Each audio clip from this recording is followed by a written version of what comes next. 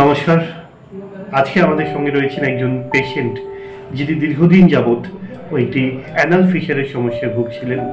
তো উনি আমাদের কাছে প্রথমে এসেছিলেন, তো আমরা দেখলাম একটি anal fisher along with a large sentinel tag. তো আমরা খারসূত্র পদ্ধতিতে চিকিৎসা করলাম এবং আজকের দিনে মানে অপারেশনের after 15 days of the operation the patient is doing very well.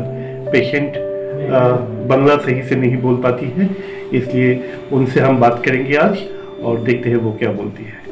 तो नमस्ते मिस। नमस्ते। आपका जो ये जर्नी है, ये जर्नी के बारे में हमको थोड़ा सा बताइए। मेरा बिफोर 2 मंथ बिफोर 2 मंथ मेरा पाइल्स हुआ था और बहुत दर्द में था। आई वॉज सफ़र कर रहा था पेन का। तो मैंने उस टाइम गूगल में देखा सर का बारे में, तो हम सर का क्लिनिक में आया था। तो सर को मेरा प्रॉब्लम बताया कि सर मुझे बहुत दर्द हो रहा है, ना कुछ खा पा रहे ना सो पा रहे, पेनफुल हो रहा था। तो सर ने हमको सजेस्ट किया कि सर्जरी करने के लिए और सर सुथरा करने के लिए। तो हम उसका बाद सर का साथ जब ट्रीटमेंट स्टार्ट किया, उस टाइम में बहुत डर रहा था। सर को भी पता है मैं बहुत डर रहा था उस टाइम में। लेकिन जब मेरा सर्जरी सक्सेसफुल होने के बाद थोड़ा धीरे धीरे मेरा दर्द कम होने लगा। तो मेडिसिन वगैरह सर ने दिया है, तो सर को बहुत थैंक यू बोलना चाहती हूँ। अभी कम्प्लीटली हम ठीक है, पहले से बहुत बेटर फील कर रहे हो और सब कुछ अच्छे से सक्सेसफुल किया सर ने। तो अभी दर्द बिल्कुल भी नहीं है। तो मैं वही बोलना चाहती हूँ कि डरने का कोई चीज़ नहीं है। जितना भी हम लोग डरता है वो सब निकल देने से अच्छा होगा, क्योंकि जब सर्जरी हुआ उस टाइम भी ना ब्लीडिंग होता है ना पेन होते हैं, सब कुछ ठीक ही हुआ। तो thank you so much sir. Thank you so much. लेकिन मैं एक चीज़ उनसे पूछना चाहूँगा, ওনাকে আমরা জিজ্ঞেস করতে চাই যে যখনই প্রবলেমটা ছিল তখন আপনার কি কি কষ্ট হতো, आपको क्या फीलिंग होता था तब, आपने तब क्या किया? तब आपने कोई दवा लिया या फिर कोई दुकानदार से शॉपकीपर को जाके बोला कि मुझे कुछ दवा दीजिए, या फिर किसी दूसरे डॉक्टर को दिखाया? तब वो जर्नी क्या था बिफोर द सर्जरी? आपका जर्नी के बारे में बताइए। उस टाइम में बहुत दर्द होता था। तो मैं ऐसे फार्मेसी में जाके मेडिसिन तो नहीं लिया, हम डायरेक्ट सर का क्लिनिक में गया था उस टाइम में। हाँ, तो सर ने सर्जरी से पहले हमको कुछ मेडिसिन दिया था आपने। तो वो मेडिसिन खा के हम शायद 2-3 दिन के बाद थोड़ा दर्द कम हुआ।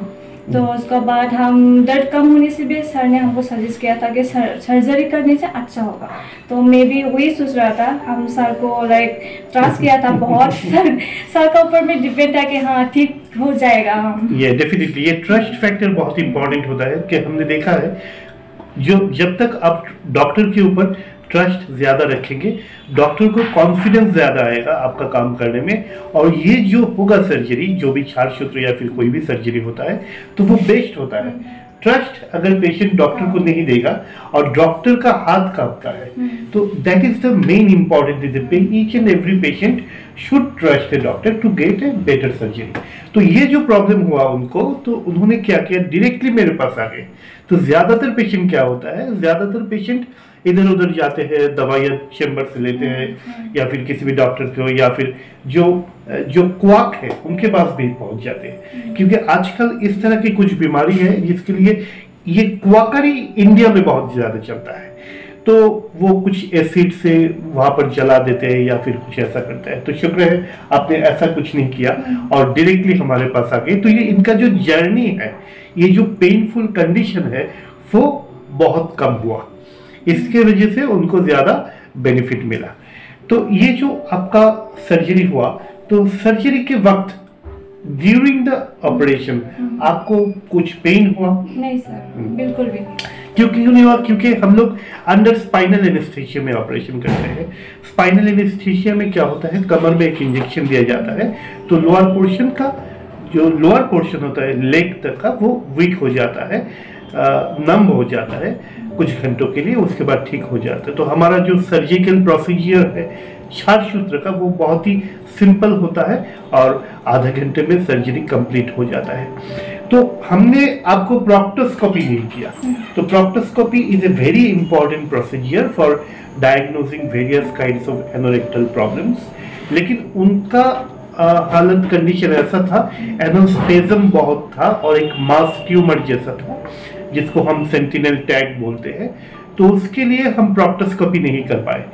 लेकिन हमारा क्लिनिकल जो डायग्नोसिस था वो एब्सोल्युटली कंफर्म था, तो हम डायरेक्टली क्षारसूत्र में चले गए। तो ऑपरेशन के बाद आपने ड्रेसिंग सही से किया? हाँ सर। कैसे कैसे किया एक बार बताइए।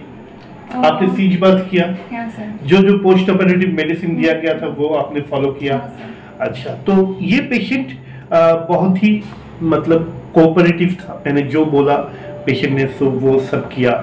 जैसे मैंने बोला सीज बात के लिए, घी लगाने के लिए, एंटीबायोटिक्स लेने के लिए और बाकी जो जो करने के लिए कहा था, पेशेंट ने सब कुछ सही से किया। एक सर्जरी का बेटर आउटकम के लिए एक बहुत इंपॉर्टेंट क्राइटेरिया है कि पोस्ट ऑपरेटिव गाइडलाइंस को पेशेंट फॉलो करे। ज्यादातर पेशेंट ये फॉलो नहीं करते हैं, इसके वजह से इस तरह का कुछ प्रॉब्लम्स ऑपरेशन के बाद दिखाई देता है। इसलिए मैं मेरे पेशेंट को बोलता हूँ, जब भी आप मेरे से सर्जरी करवाती है तो आप पोस्ट ऑपरेटिव गाइडलाइंस को फॉलो कीजिए। So this was her journey. और भी बहुत सारे पेशेंट होंगे जिनको इस तरह का प्रॉब्लम्स होता है, तो मैं उनसे रिक्वेस्ट करूंगा कि आप डॉक्टर के पास जाइए, लोकल डॉक्टर के पास जाइए, सर्जन के पास जाइए और आपका जो ट्रीटमेंट है उसको जल्द से जल्द शुरू कीजिए, क्योंकि एनल फिशर बहुत दिन तक रहता है तो वो फिस्चुला में कन्वर्ट हो जाता है और फिस्चुला में कन्वर्ट होकर बहुत कॉम्प्लिकेटेड हो जाता है।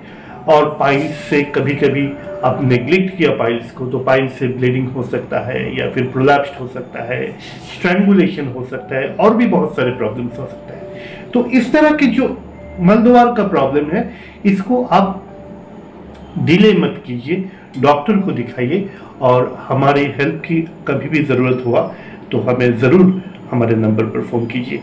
लेकिन ये जो मिस हर्जिना देववर्मा है उनसे मैं बहुत शुक्रगुजार हूँ कि उन्होंने उनका टाइम दिया और हमारे पेशेंट्स के नॉलेज बिल्डिंग के लिए, अवेयरनेस के लिए उन्होंने आज हमको टाइम दिया और बहुत खुश शुक्रगुजार हूँ इसके लिए। और मैडम, क्या मैं ये वीडियो यूट्यूब में या सोशल मीडिया में अपलोड कर सकता हूँ?